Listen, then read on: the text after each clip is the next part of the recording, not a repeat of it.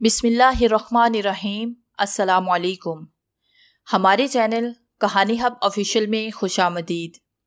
ناظرین، میں آج آپ کے لیے انتہائی خوفناک اور دلچسپ کہانی لے کر آئی ہوں، لیکن کہانی شروع کرنے سے پہلے آپ سے گزارش ہے کہ اگر آپ نے ہمارا چینل سبسکرائب نہیں کیا تو آپ ہمارے اس چینل کو سبسکرائب کر لیجئے اور بیل آئیکن کو بھی پریس کر لیں تاکہ ہر نئی آنے والی ویڈیو بآسانی آپ تک پہنچ سکے۔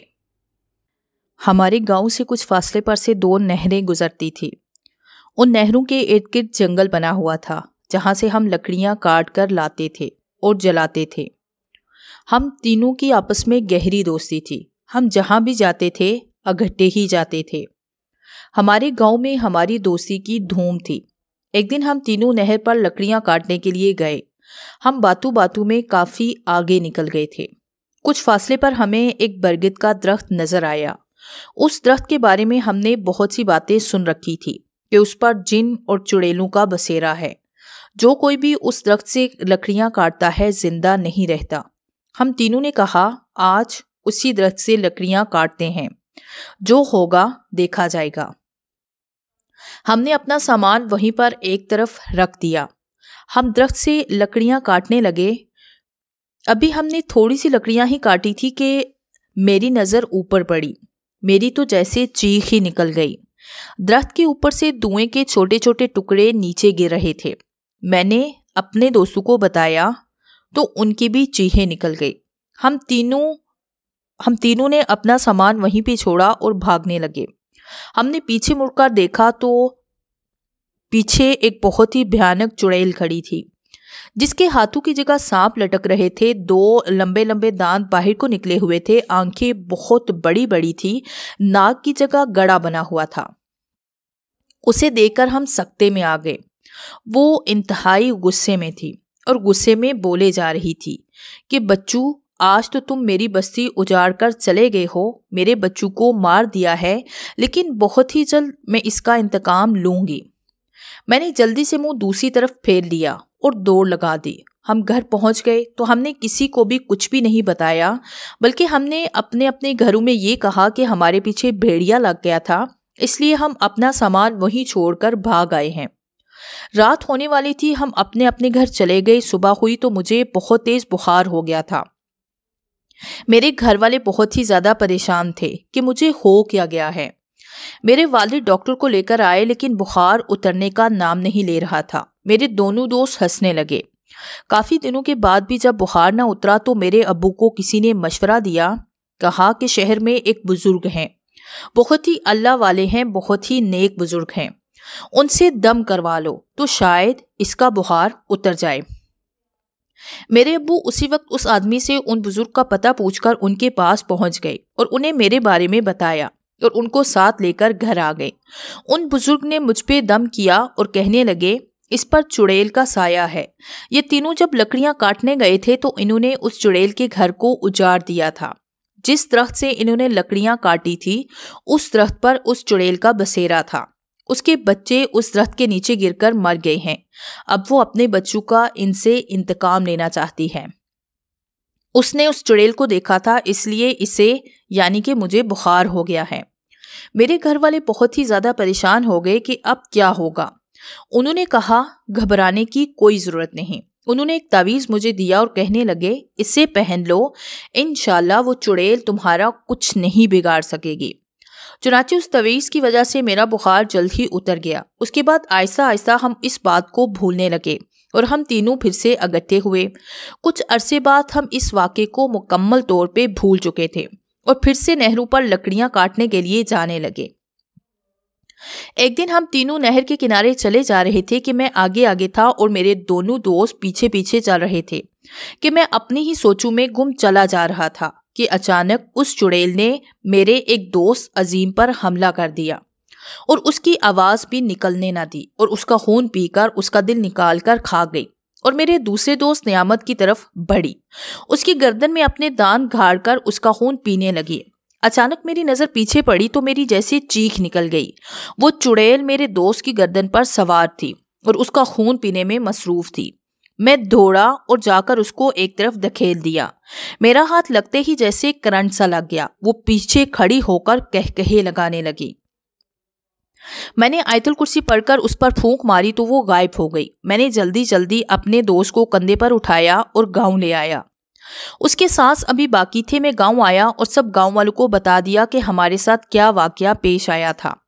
گاؤں والوں نے نعمت کو جلدی جلدی سے ہاسپٹل پہنچایا، لیکن بے سود۔ ڈاکٹروں نے کہا کہ اس کا خون بہت زیادہ نکل چکا ہے، اس کا بچنا بہت ہی مشکل ہے، بلکہ ناممکن ہے۔ کچھ ہی دیر کے بعد میرے دوست نے بھی دم توڑ دیا۔ میرے تو جیسے ہوش ہی اڑ گئے۔ میرے دونوں دوستوں کی اموات میرے سامنے تھی اور میں کچھ بھی نہیں کر سکا تھا۔ میرے دوستوں کو دفنا دیا گیا، میں اکیلا رہ گیا، دیواروں سے ٹکرے مارتا تھا اور ہر کسی کو اپنے دوستوں کا قاتل کہتا تھا۔ لوگ مجھے پاگل سمجھنے لگے تھے۔ کوئی بھی مجھ سے بات نہیں کرتا تھا۔ کچھ دن کے بعد مجھے ہوش آیا۔ میں نے سوچا کہ اس طرح رونے دھونے سے کچھ بھی نہیں ہوگا، مجھے اپنے دوستوں کا اس چڑیل سے بدلہ لینا ہوگا۔ یہی سوچ کر میں نے ابو سے ان بزرگ کا پتہ پوچھا اور ان کے پاس فوراً چلا گیا۔ جب میں ان بزرگ کے پاس پہنچا تو وہ قرآن پاک کی تلاوت کرنے میں مصروف تھے۔ میں باہر کھڑا رہا۔ کچھ دیر کے بعد انہوں نے قرآن پاک کو ایک طرف رکھا اور مجھے آواز دے کر اندر بلا لیا۔ میں ان کے پاس جا کر بیٹھ گیا اور انہیں اپنی داستان سنانے لگا۔ سب کچھ سننے کے بعد میں رونے لگا۔ انہوں نے مجھے دلاسا دیتے ہوئے کہا کہ صبر کرو، میں کچھ کرتا ہوں۔ میں نے کہا میں اس چڑیل سے اپنے دوستوں کا بدلہ لینا چاہتا ہوں۔ وہ کچھ دیر سوچتے رہے، پھر کہنے لگے بیٹا میں تو اس میں تمہارے ساتھ چل نہیں سکتا، یہ کام تمہیں خود ہی کرنا ہوگا، لیکن تمہاری مدد ضرور کر سکتا ہوں۔ میں نے پوچھا وہ کیسے؟ تو وہ کہنے لگے یہ تلوار تم لے جاؤ، یہ بہت ہی طاقتور ہے۔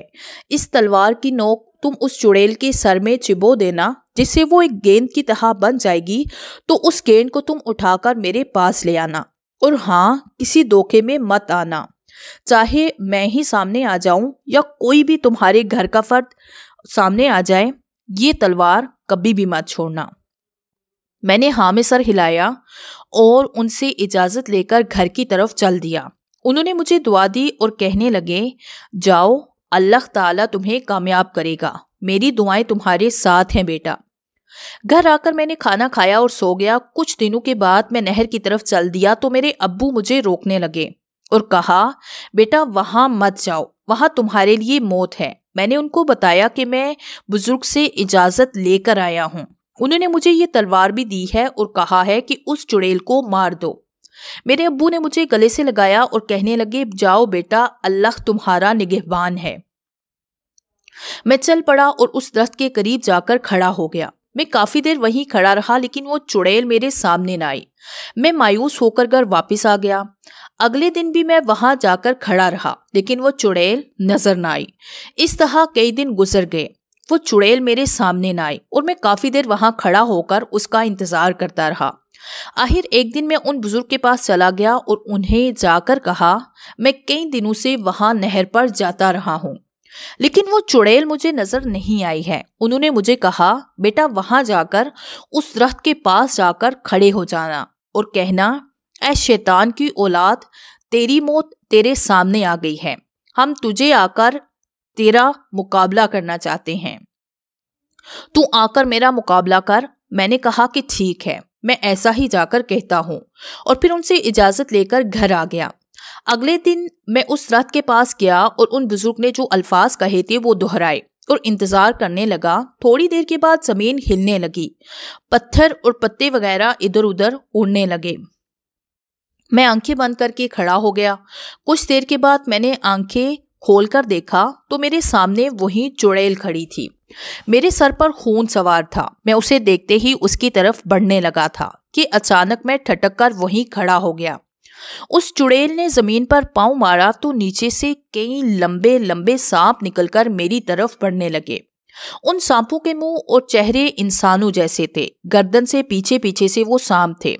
ایسے عجیب و غریب جسم کے سانپ دیکھ کر میرا خوف سے برا حال ہو گیا۔ وہ سب سانپ میرے قریب آ گئے۔ میں نے ان پر تلوار سے حملہ کر دیا، لیکن ان کو کچھ بھی نہیں ہوا، جیسے وہ کوئی روحیں ہوں۔ وہ تلوار ان کے جسموں میں سے گزر کر نکل جاتی تھی۔ میں اور بھی خوفزدہ ہو گیا۔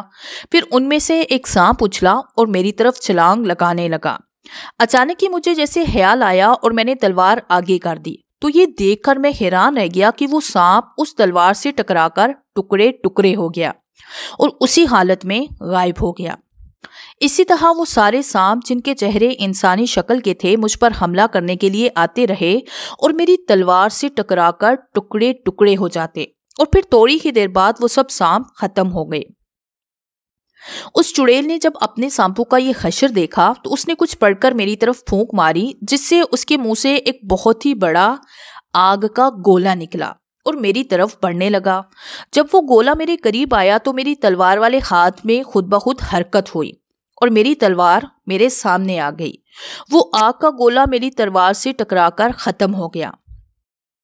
میں حیران ہو کر یہ سب دیکھ رہا تھا کہ ایک طرف سے مجھے وہی بزرگ آتے ہوئے دکھائی دیے۔ انہوں نے مجھے کہا، بیٹا اس تلوار کی طاقت اب ختم ہو گئی ہے، یہ تلوار اب مجھے واپس کر دو، یہ دوسری تلوار لے لو۔ میں آگے بڑھا اور انہیں تلوار دینے ہی والا تھا کہ مجھے غیبی آواز سنائی دی، بیٹا یہ نظر کا دھوکہ ہے، اپنی تلوار مت چھوڑنا۔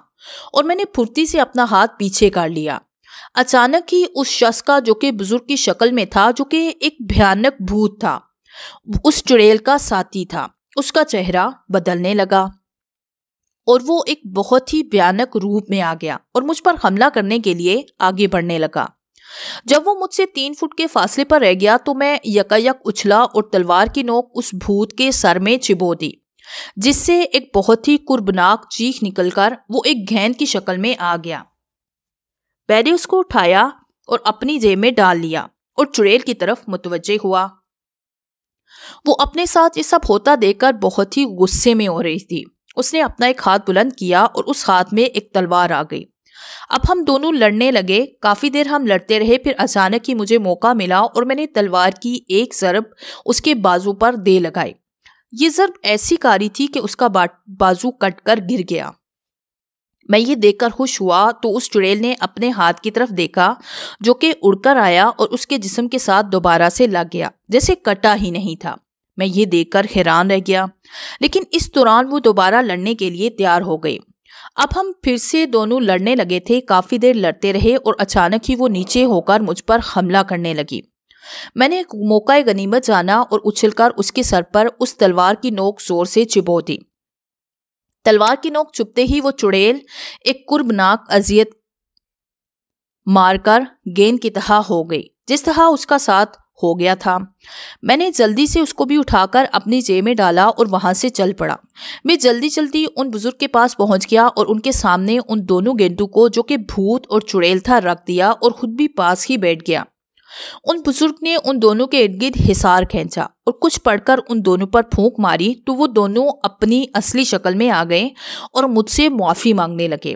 لیکن میں نے کہا، تم نے میرے دوستوں کو کھا لیا ہے، ان کا خون پیا ہے، اب میں تمہیں کسی بھی صورت معاف نہیں کر سکتا۔ بزرگ نے مجھ سے پوچھا، تم انہیں کیا سزا دینا چاہتے ہو؟ میں نے کہا، میں چاہتا ہوں کہ ان کو ایسی زبردست سزا ملے کہ ان کی ساری نسلیں یاد رکھیں۔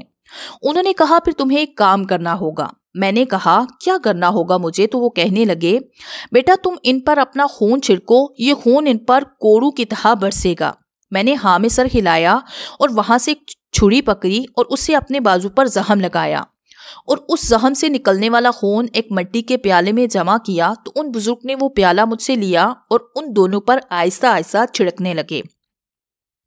وہ خون کے قطرے جہاں جہاں ان پر گرتے تو وہاں سے ان کے جسموں سے دھواں اٹھتا رہا اور وہ ایسی کربناک اور ایسی دل دہلا دینے والی چیخیں مارنے لگے کہ مجھے اپنے ارد گرد در و دیوار ہلتے ہوئے نظر آئے۔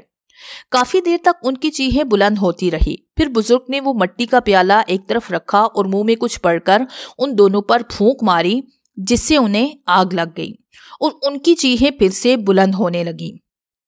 میں ان کی چیخیں سن کر اندر ہی اندر خوش ہو رہا تھا۔ پھر کچھ ہی دیر کے بعد ان کی چیخیں ختم ہو گئی اور انہوں نے جسموں کی راکھ بن کر غائب ہو گئی۔ میں نے ان بزرگ کا شکریہ ادا کیا اور ان سے اجازت لے کر گھر آ گیا۔ گھر آ کر میں نے گھر والوں کو اور سب گاؤں والوں کو اس چڑیل کے بھیانک انتقام کے بارے میں آگاہ کیا۔ آج میں بہت ہی خوش تھا کیونکہ آج میں نے اپنے دوستوں کا انتقام لے لیا تھا جو کہ ایک چھوٹی سی غلطی کی وجہ سے اپنی جان سے ہاتھ دھو بیٹھے تھے۔